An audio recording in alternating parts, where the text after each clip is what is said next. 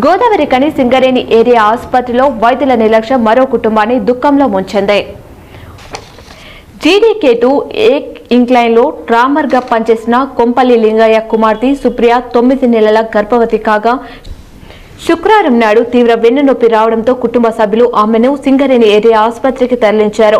అయితే అక్కడ gynaecologist duty doctor Indira లేకపోవడంతో నర్సులు మాత్రమే పేషెంట్లను పరీక్షించారు. డెలివరీకి ఇంకా సమయం ఉందని చెప్పి ఒక ఇంజెక్షన్ ఇచ్చి ఇంటి వద్ద విశ్రాంతి తీసుకోవాలని సూచించారు. కానీ సుప్రియకు కడుపులో నొప్పి తగ్గకపోవడంతో పేషెంట్ అన్నయ్య ఇక్కడే బెడ్ ఇవ్వండి తాము హాస్పిటల్లోనే ఉంటామని కోరడంతో బెడ్ ఏర్పాటు చేశారు. అయితే నొప్పి మరింత పెరగడంతో డాక్టర్ చెక్ చేసి ఈ రోజు ఉదయం 6 గంటలకు స్కానింగ్ కు రాశారు. స్కానింగ్ లో వచ్చిన రిపోర్ట్ చూసి కుటుంబం షాకుకు గురైంది. పాప మెడకు పేగు చుట్టుకుపోయి చనిపోయినట్లు తేలింది. శుక్రవారం సమయానికి డాక్టర్ ఉండి అప్పుడే స్కానింగ్ కు రాస్తే మా పాప బతికేదని, డాక్టర్ నిర్లక్ష్య వైద్యం వల్లే మా బిడ్డ ప్రాణం పోయిందని భర్త రామ్ వెంకటేష్ కుటుంబ సభ్యులు రోధించారు. చనిపోయిన నవజాత శిశువును చూసి బోరున విలపించారు.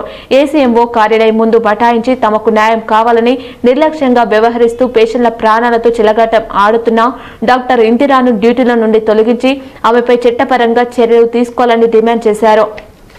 కుటుంబ సభ్యులకు బీజేపీ నాయకులు కొండపర్తి సంజీవ్, గుర్తింపు సంఘం నాయకులు ఆరెల్లి పోషం, జిగురు రవీందర్, మదన మహేష్, సిఐటియు నాయకులు తుమ్మల రాజారెడ్డి, ఆరేపల్లి రాజమౌళి అండగా నిలిచారు.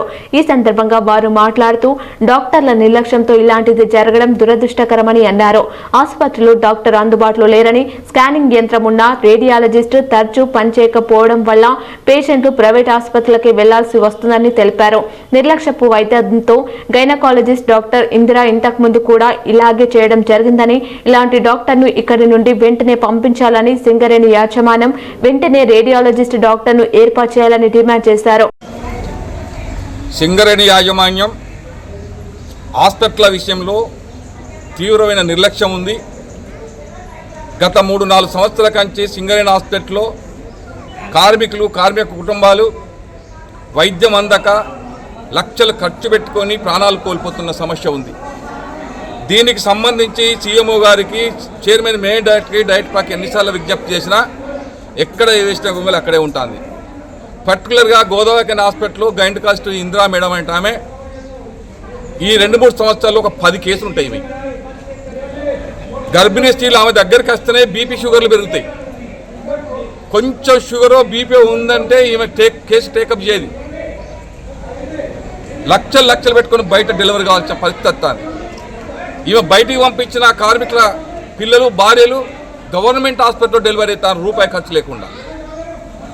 అంటే ఈమెకు బీపీలు షుగర్లు వస్తే ట్రీట్మెంట్ చేయదా? అందుకే అడగదలుచుకున్నాం మేము. ఈ పేషెంట్ శుక్రవారం వచ్చింది. శుక్రవారం కానీ ఈమె ఎందుకు విజిట్ చేయలేదు, పేషెంట్ పరిశీలించలేదు? ఆ రోజు వాటర్ డ్రాప్ అయింది.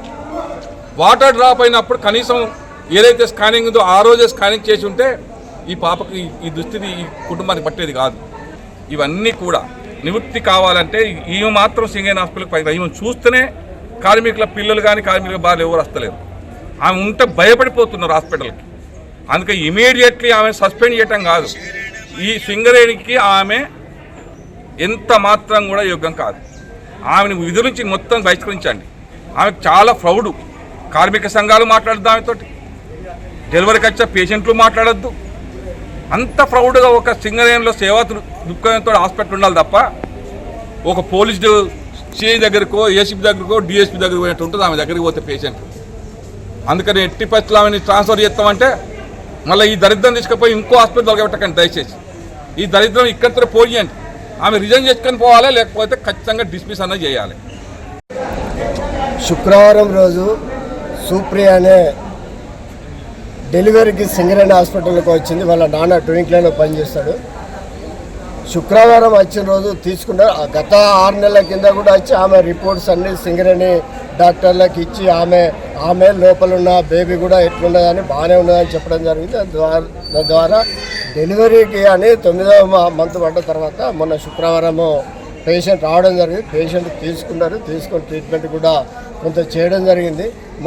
మళ్ళీ డిశ్చార్జ్ చేసిన తర్వాత నిన్న మళ్ళీ హాస్పిటల్లో బ్యాక్ పెయిన్ వచ్చిన తర్వాత బెడ్కు రాయడం జరిగింది. ఎలాంటి స్కానింగ్ తీసి చూసేది ఉంటే స్కానింగ్ లేదు, ఎక్స్రే లేదు, ఎలాంటి ట్రీట్మెంట్ లేకుండా నిన్న సెలవు.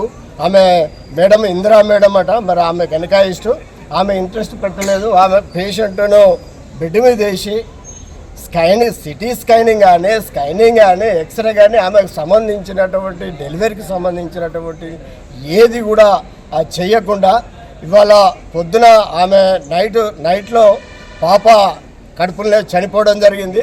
చనిపోయిన తర్వాత ఈమె నా కదలిక లేదు, నా పాప కదులుతలేదు అని చెప్పిన తర్వాత ఇవాళ పొద్దున సిటీ స్కానింగ్ అని సిటీ స్కానింగ్ చేయించడం జరిగింది. ఆ పాప మెడకు అంటే పేగులు మెడకేసుకొని 2 రౌండ్లు పేగులు మెడకేసుకొని ఉన్నది.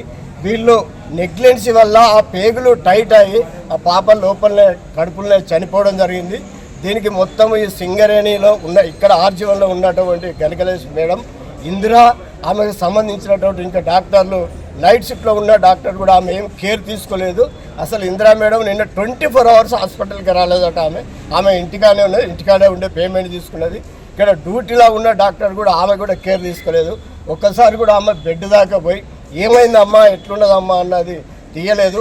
ఒకవేళ నిన్న కనుక స్కానింగ్ ఇట్లా తీసినట్టయితే ఈ పాప పరిస్థితి మెడకేసుకొని పేగులు ఉన్నాయి ఇవన్నీ తెలిసినట్టు ఇమ్మీడియట్లీ కనుక సర్జరీ చేసినట్టయితే ఈ పాప బతికేది ఉండే. ఈ పాపను ఒక రకంగా వీళ్ళే డాక్టర్లే హత్య చేసిందని కూడా ఇలా మేము చెప్తా ఉన్నాము. ఈ ఘటనపై హాస్పిటల్ ఏసీఎంఓ డాక్టర్ అంబిక వివరణ ఇస్తూ పేషెంట్ తీసుకువచ్చిన సందర్భంలో అడ్మిట్ చేసుకుని చికిత్స అందించడం జరిగిందని, ఈ రోజు ఎర్లీ మార్నింగ్ 2 గంటల వరకు బాగానే ఉందని, ఉదయం 5 గంటల సమయంలో ఆపరేషన్ కోసం డాక్టర్ ఇందిరా సిద్ధం చేసిన సమయంలో మరోసారి పరీక్షించగా శిశువు గుండె కొట్టుకునే శబ్దం వినపడకపోవడంతో స్కానింగ్ కు రాయడం జరిగిందని, మన హాస్పిటల్లో స్కానింగ్ మిషన్ ఉన్న రేడియాలజిస్ట్ డాక్టర్ లేదని, అందుకే స్కానింగ్ కు బయటకు పంపడం జరిగిందని తెలిపారు. స్కానింగ్ లో బిడ్డ పేగు మెడకు 2 చుట్లు బిగించుకొని చనిపోయినట్లు నిర్ధారణ అయిందని తెలిపారు. ఈ విషయంలో జీఎం ఇక్కడకు వచ్చి కుటుంబ సభ్యులతో మాట్లాడడం జరిగిందని, డైరెక్టర్ తో మాట్లాడగా వెంటనే అవుట్ సోర్సింగ్ రేడియాలజిస్ట్ డాక్టర్ పెట్టి నడిపించాలని సూచించడం జరిగిందని వెల్లడించారు. జీఎం ఈ ఘటనపై మెడికల్ అధికారులతో రివ్యూ మీటింగ్ ఏర్పాటు చేసినట్లు తెలిపారు. నిర్లక్ష్యపు వైద్యంతో నవజాత శిశువు మృతికి కారణమైన డాక్టర్ పై చర్యలు తీసుకుంటామని అన్నారు. సుప్రియ పేషెంట్ అన్నీ నార్మల్గానే ఉన్నాయి. అప్పుడు చూసినప్పుడు ఫిట్ హార్ట్ సౌండ్ అన్నీ బాగానే ఉంటాయి.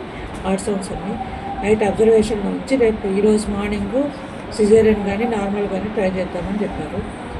అయిపోయిన తర్వాత నైట్ 2:30 వరకు బాగానే ఉంది. ఎర్లీ మార్నింగ్ 5 o'clockకి మేడం రెడీ చేస్తామని చూసినప్పుడు ఫిట్ హార్ట్ సౌండ్స్ వినబడలేదు.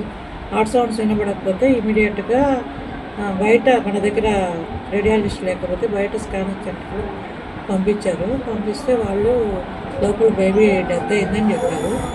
తీసుకొచ్చిన తర్వాత ఇక్కడ వారి గురించి ప్రాబ్లం అయితే మేము అందరము దాన్ని ఎట్లయినా ఇమీడియట్గా వాళ్ళ మీద యాక్షన్ చేసుకోమని వీళ్ళు ధర్నా చేసుకుంటారు. వెంటనే ఇమీడియట్ యాక్షన్ కోసం సార్కి మెయిల్ పంపించాను. సీఎంఓ సార్ కొత్తగూడెంలో జీఎం గారికి ఇన్ఫర్మేషన్ ఇచ్చాము. ఇద్దరికి లెటర్లు వెళ్ళాయి, మెయిల్ పంపించేస్తాము. మెయిల్ పంపించిన తర్వాత ఇప్పుడు ఇమీడియట్గా ఎంక్వైరీ చేయమని సార్ ఒక ఎంక్వైరీ ఆఫీసర్ని పంపిస్తున్నారు ఈవినింగ్. ఇప్పుడు ఒక చిన్న విరామం. పెద్దపల్లి జిల్లా గోదావరికని పారిశ్రామిక ప్రాంతంలో మొట్టమొదటిసారిగా అధునాతన టెక్నాలజీతో ఎంఆర్ఐ స్కాన్ సేవలు అందుబాటులో. First MRI in coal belt area. Krishna MRI scan centre 24 గంటలు ఎమర్జెన్సీ సర్వీస్. మా వద్ద MRI brain, whole spine, whole abdomen, MRCP, urogram, renal angiogram ఇవే కాకుండా బాడీకి సంబంధించిన అన్ని రకాల ఎంఆర్ఐ స్కాన్స్ మా వద్ద చేయబడును. Contact 8886246777 990-855-2928. Krishna neuro super speciality hospital, Lakshmi Nagar, Godavarikhani. మొట్టమొదటిసారి న్యూరో ఫిజిషియన్ వైద్య సేవలు ఇప్పుడు మన గోదావరికన్లోని డాక్టర్ ఎండిడిఎం న్యూరో ఫిజిషియన్, మెదడు, వెన్నుముక మరియు నరాల వ్యాధుల ప్రత్యేక వైద్య నిపుణులు. Krishna neuro super speciality hospital, Lakshmi Nagar, Godavarikhani.